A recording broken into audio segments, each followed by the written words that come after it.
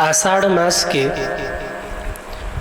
शुक्ल पक्ष में पड़ने वाली एकादशी को हम सभी लोग देवशयनी एकादशी कहते हैं। इसका नाम देवशयनी क्यों है? क्योंकि देवशयनी एकादशी को भगवान नारायण विश्राम करने चले जाते हैं, और जब भगवान नारायण विश्राम करने चले जाते हैं ना, तो सारे मंगल कार्य, जैसे विवाह का मंगल कार्य है, गृह प्रवेश का मंगल कार्य है, ये सारे मंगल कार्य कुछ दिनों के लिए विश्राम कर दिए जाते हैं। इसलिए इसका नाम है देवशयनी एकादशी। कई भक्तों के प्रश्न आ रहे कि महाराज जी, देवशयनी एकादशी हम कब रहे, 5 जुलाई को या 6 जुलाई को? तो सभी ध्यान से सुने।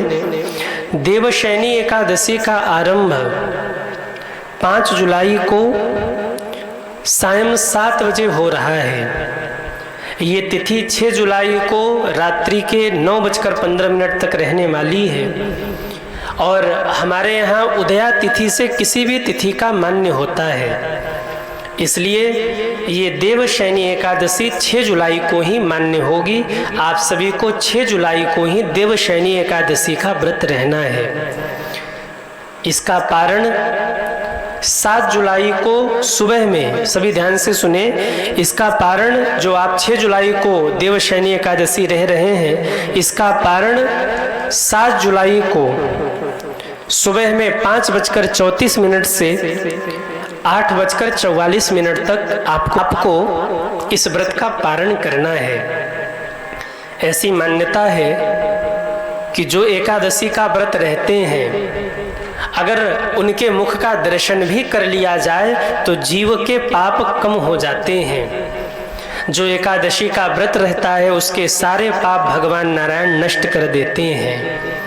जो एकादशी की कथा को सुनता है, आप जो ये सुन रहे हैं कथा एकादशी की, इसकी महिमा ये है, यस्या श्रवण मात्रेण सर्व पापेभ्यो क्षयो भवेत्।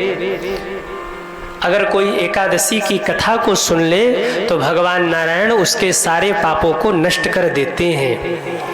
जो एकादशी के व्रत का नियम पूर्वक पालन करते हैं, यमराज उसे अपने यमफास में नहीं बांध सकते। अगर यमराज उन्हें अपने यमफास में बांध भी लेना तो उनका यमफास 100 खंड में टूट जाएगा, ऐसा भगवान नारायण कहते हैं। जो फल काशीवास से मिलता है, ध्यान से सुनिएगा, जो फल काशीवास से मिलता है, जो फल कुरुक्षेत्र के वास से मिलता है, जो फल बद्रीनाथ में निवास करने से मिलता है, अगर कोई जीव, कोई व्यक्ति महीने की 2 एकादशी कर ले तो वही फल उस व्यक्ति को प्राप्त हो जाता है। इसलिए सभी को एकादशी का व्रत अवश्य करना चाहिए।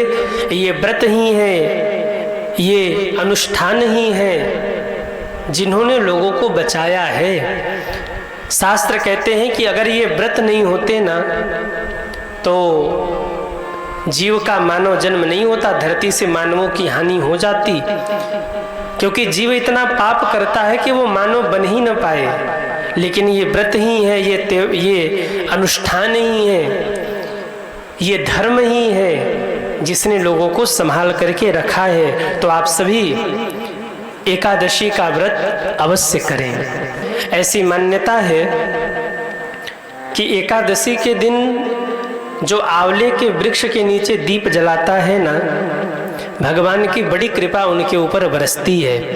तो इस बार देवशयनी एकादशी के दिन आप सभी लोग आंवले के वृक्ष के नीचे दीप अवश्य जलाएं।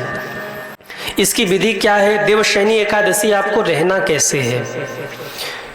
सुबह उठिए, 6 तारीख को सुबह उठिए, स्नान करिए, भगवान को, ठाकुर जी को स्नान कराइए। ये याद रखिए कि एकादशी आपका है, ठाकुर जी का नहीं है। ठाकुर जी को बढ़िया आप भोग प्रसाद पवाइए और उनका पूजन करके इसके बाद आप अपने व्रत का आरंभ करिए सुबह में। दिन भर जितना हो सके भगवान के नाम का जप करिए, भगवान का नाम लीजिए और फिर 7 तारीख को इसका पारण करिए। देवशयनी एकादशी की कथा ऐसी आती है कि प्राचीन समय में एक राजा हुए जिनका नाम था मानधाता। एक बार राजा के नगर में अकाल पड़ा। बहुत दिनों तक अकाल बना ही रहा, वर्षा नहीं हुई। नगर के लोगों ने निवेदन किया, महाराज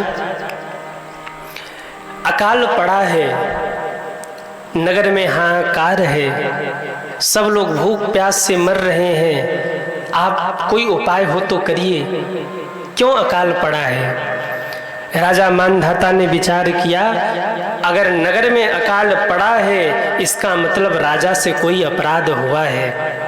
बड़े दुखी हुए राजा मानधाता, बहुत विचार करके देखा, पर उन्होंने पाया ये कि जानने में उन्होंने कोई अपराध नहीं किया। तब राजा मानधाता अंगिरा ऋषि के पास गए और जाकर कहा, महात्मन मेरे जानने में तो मुझसे कोई अपराध नहीं हुआ, पर कौन सा ऐसा अपराध मुझसे बना है जिसके कारण सृष्टि में मेरे नगर में अकाल पड़ा है। राजा अंगिरा ने कहा, अगर आप ये अकाल दूर करना चाहते हैं ना, तो राजन आपको एकादशी का व्रत करना होगा। आप देवशयनी एकादशी का व्रत करिए, तब आपके नगर का अकाल दूर होगा। आहा, अंगिरा ऋषि के कहने पर राजा ने एकादशी का व्रत किया और फल ये हुआ कि जब राजा मानधाता ने व्रत किया तो खूब वर्षा हुई, पूरा नगर आनंदित हो गया, धन धान्य भर गया पूरे नगर में। तो ये एकादशी की महिमा है सज्जनों। इसलिए आप सभी 6 जुलाई को देवशयनी एकादशी का व्रत करें। भगवान नारायण की कृपा आप सभी के ऊपर बनी रहे। आप सभी को एकादशी की बहुत बहुत शुभकामना। बोलिए एकादशी मैया की।